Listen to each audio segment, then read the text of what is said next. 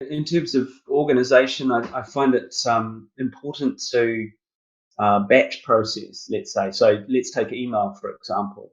We all get an unhealthy amount of email, um, and it's, I think, the bane of many professionals' lives.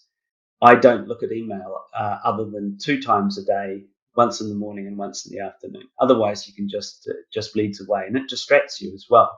There's a lot of science around the need to have deep work time.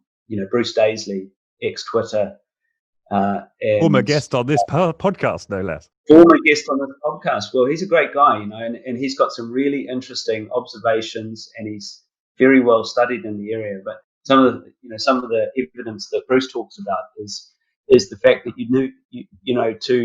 to do deep work, you need to be heads down. You need to kind of have the hands on and not be distracted.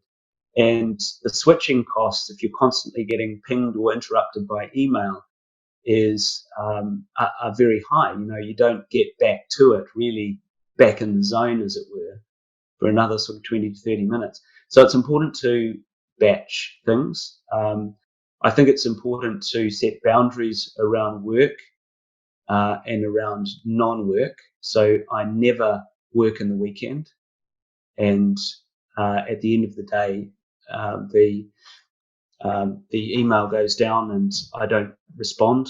I put an out of the office message on both during the weekends and during my holidays. I will not respond to email. It's a monster that you feed, right? As long as you're sort of making yourself available, even if you're on holiday, it's a gift that keeps on giving. So if you just shut that off, it's remarkable what happens. You just get left alone because people work out there's no point in contacting you.